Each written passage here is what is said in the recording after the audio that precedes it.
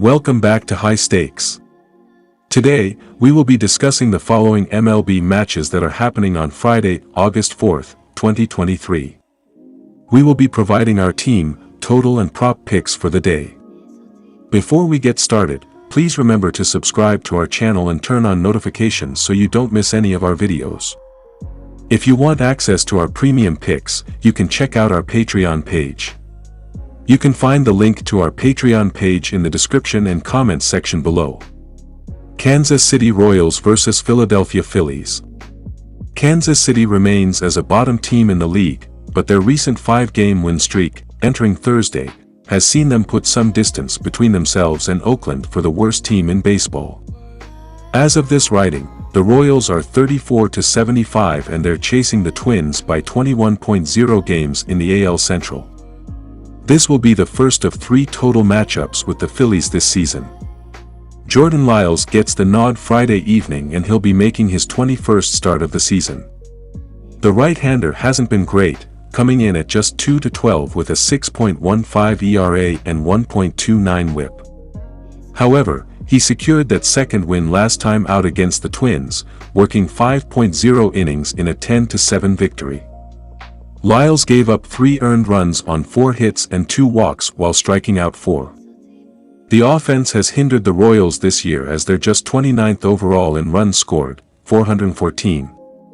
Those runs are courtesy of the 22nd ranked team batting average, .237, and 28th best OPS, .678. As for individual efforts, Bobby Witt Jr. has powered the way as he leads the team in average, .264, OBP, .302, home runs, 18, and RBI, 62. I'm not going to be the one that tries to buck the best trend in baseball this year, so I'll continue to fade Jordan Lyles. The right-hander is having a disastrous season as the Royals are just 2-18 SU and 5-15 RL over his 20 starts. On top of that, the Phillies have hit Lyles well in the past. The current roster is slashing .444/.535/.889 against him over 36 at-bats. Yes, that's an .889 slugging percentage over a sizable 36 at-bats. Finally, the veteran journeyman has been even worse on the road this year as he owns a 7.52 ERA and opponents are hitting .291 against him away from Kauffman. Look for this upward trending Phillies squad to stretch their lead out by at least 2 runs. Our team pick is Philadelphia Phillies minus 1.5 runs. Honestly, this could be one of those games where the Phillies clear the total by themselves. The combination of the head-to-head numbers against Lyles and his abysmal away splits make for the perfect combination of an absolute bloodbath. Additionally, Kansas City's bullpen has been one of the worst in baseball this year. They're ranked 28th in both bullpen ERA, 5.14, and WHIP, 1.48. On the flip side, Nola has underperformed this year with his 4.43 ERA. He'll be tasked with a Kansas City roster that's found some success recently. Over the last 15 days, they're 5th in team batting average, .267, and 12th in OPS, .759. If they're able to scratch across at least 3 runs, we should see this hit the over clearly and with ease. Our total pick is over 9.5 runs. New York Mets vs Baltimore Orioles. David Peterson is expected to start for the Mets, but he has not pitched for more than 2 innings in over a month. It could be a bullpen game for the Mets. New York has been average on offense this season. They are around the middle of the league in runs, RBIs, walks, OBP, SLG, and OPS. Pete Alonso leads the team in home runs. Alonso is top 5 in home runs in the MLB. The Mets pitching staff has been a major letdown this season. As a team, they are bottom 10 or bottom half of the league in ERA, runs allowed, home runs allowed, walks allowed, strikeouts, WHIP, and batting average against. The New York Mets have been one of the biggest disappointments this season. They are 4th in the NL East and were major sellers at the trade deadline. New York traded star pitchers Max Scherzer and Justin Verlander. The Orioles are a good offensive team, ranking in the top 10 in the league in runs, RBIs, strikeouts, SLG, and OPS. They will be facing David Peterson, who has not had a good season. He has a 5.92 ERA and 1.62 WHIP, and he has not pitched more than 2 innings since July 8th. The Orioles are surging and their offense is clicking. I predict that they will hit Peterson very well and win this matchup by 2 or more runs. I recommend betting on the Orioles with the -1.5 line spread. David Peterson has had a rough season, recording a 5.92 ERA and 1.62 WHIP. He lost his spot in the starting rotation and has not pitched more than 2 innings since July 8th. Baltimore has been good on offense this season. They are in the top 10 or around the top 10 in the league in runs, RBIs, strikeouts, SLG, and OPS. Baltimore will hit Peterson very well and score a bunch of runs. The over will hit in this contest. Take the over, 9 runs. Chicago White Sox vs. Cleveland Guardians. The White Sox will start Mike Clevinger in Game 1 of this series. He made his first start since June 14 last week against these same Guardians, giving up 2 hits over 5 scoreless innings in a 7-2 victory. He issued no walks and struck out 3. Clevinger was sharp in his return from bicep inflammation, retiring 10 straight batters at one point and not letting any Cleveland runners get into scoring position. The 32-year-old right-hander got the hook after 72 pitches, 53 strikes, and the reason was due to the upcoming trade deadline. He ultimately did not get moved, nor did fellow starter, Dylan Cease. Chicago is having a disappointing season, but Clevinger has pitched well. He comes into this rematch against his former team holding a 3.59 ERA and 1.29 WHIP. Offensively, it has been as bad as it could get on the south side. They hold the lowest OBP in the majors and average a pedestrian 4.1 runs per contest.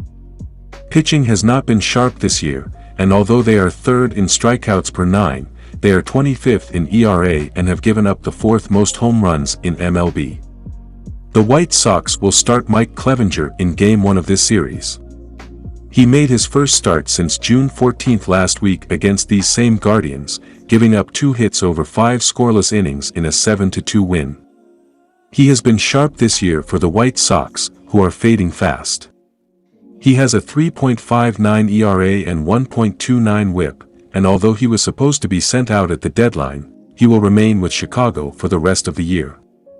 Cleveland is still alive for the American League Central crown, but they need to string together some victories after they were swept by the Astros earlier in the week. They split the series with the White Sox last week, and I believe they will come out with a win in Game 1 here. Allen has had issues lately, but his body of work overall has been strong in his rookie season. Take the Guardians. Chicago came into this year with lofty expectations and was favored to win the American League Central. Entering the first game of this series, they are 43-66 and have been atrocious on the road with a 20-37 record. Offensively, it has been as bad as it could get on the south side. They hold the lowest OBP in the majors and average a pedestrian 4.1 runs per contest. Pitching has not been sharp this year, and although they are 3rd in strikeouts per 9, they are 25th in ERA. Clevinger has been the lone bright spot, and he will pitch well once again, but both teams are anemic from the dish. Cleveland is 26th in runs per game and has hit the fewest home runs in MLB with 82. Take the under 8.5 runs. Toronto Blue Jays vs. Boston Red Sox. The Blue Jays played well over the past week and they've won 4 of their last 7 games. They will try to keep the momentum going with a win over the Red Sox, which will give them their 5th win in their last 8 games. Toronto is averaging 4.50 runs per game. Their .259 batting average is 6th in the league. Their .329 on-base percentage is 9th, while their .417 slugging percentage is 12th. Bo Bichette leads the Blue Jays with a .321 batting average, while Vladimir Guerrero Jr. leads the team with 17 home runs and 66 RBI. Toronto's pitching has been good, with the team giving up 4.09 runs per game. Opponents have a .242 batting average against the Blue Jays, which is 8th in the league. Their 3.82 ERA is 5th, while their 1.26 WHIP is 11th. In his last start, Manoah gave up 4 hits and 1 run in 4.1 innings, leading to a 6-1 win over the Angels. They will need a similar effort from him if they want to win this game. The Red Sox have won 4 of their last 5 home games. They are playing well offensively and scored 18 runs in their last 3 home games. Expect them to play well offensively in this game because they're hitting the ball well against right-handers, and Manoah hasn't been able to get it going on the mound this season, especially on the road where he gave up 9 runs in his last 3 starts. He gave up 5 runs when he faced the Red Sox at Fenway in May and will have a hard time slowing them down in this game. The Blue Jays have lost 3 of their last 4 games. They're not playing well offensively at the moment and scored only 9 runs in their last 3 games. Their offensive struggles will continue in this game because Paxton has done a great job on the mound for the Red Sox, especially at home where he gave up 7 runs in his last 4 starts. He gave up 2 runs in his last 3 starts against the Blue Jays, and with Boston having the 8th best bullpen in the league, they will keep Toronto's offense in check. Go with Boston to cover the money line. The Red Sox followed up their win over Seattle in the second game of their series with a loss in the series finale. They will try to bounce back from the loss with a win over the Blue Jays, which will give them their 5th consecutive home win and the series lead. Boston is averaging 4.95 runs per game. Their .263 batting average is 4th in the league. Their .330 on base percentage is 8th, while their .433 slugging percentage is 6th. Masataka Yoshida leads Boston with a .305 batting average, while Rafael Devers leads the team with 25 home runs and 76 RBI. Boston's pitching hasn't been good, with the team giving up 4.56 runs per game. Opponents have a .252 batting average against the Red Sox, which is 23rd in the league. Their 4.27 ERA is 17th, while their 1.29 WHIP is 19th. In his last start, Paxton gave up 8 hits and 1 run in 5 innings, but the team lost to San Francisco 3-2. They will need another solid start from him if they want to get the win. Our total pick is over.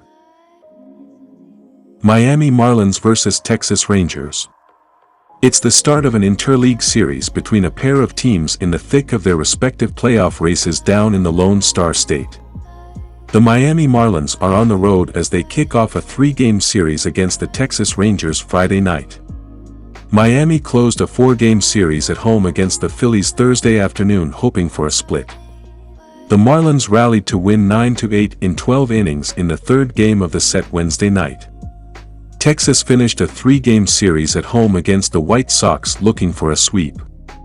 The Rangers rolled to an 11-1 victory in the middle game of the set Wednesday night. In the most recent series between the teams, they split 2 meetings in a doubleheader September 12, 2022 in Miami.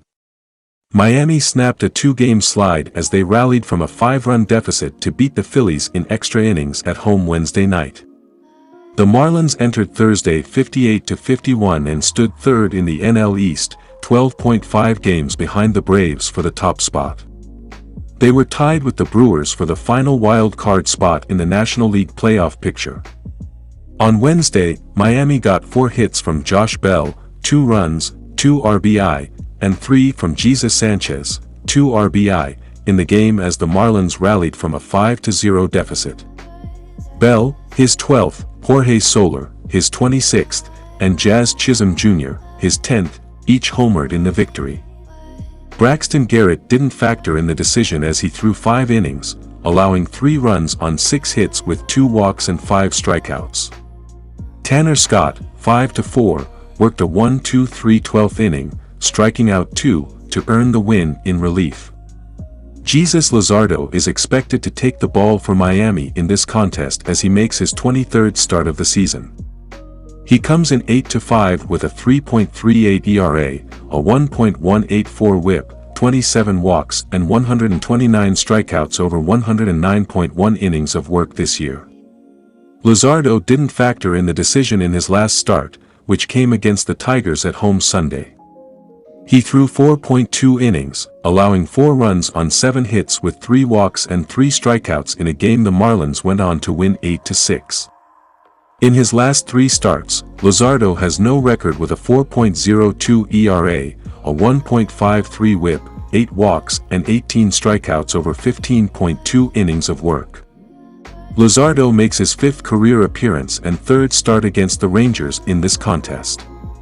He is 0-1 with a 2.30 ERA, a 1.149 WHIP, 7 walks and 18 strikeouts over 15.2 innings of work against them. Luzardo took the loss in his lone career start at Globe Life Field, which came with the A's on August 24, 2020. He threw 6.2 innings, allowing 3 runs on 7 hits with 2 walks and 7 strikeouts in a 3-2 Oakland defeat. The Marlins have had their struggles coming out of the All-Star break as they entered Thursday, May 12 since that point. Miami does have Luzardo on the hill in this contest, but he has had his share of issues lately, failing to record a win in his last 3 starts and failing to make it through the 5th inning in 2 of those.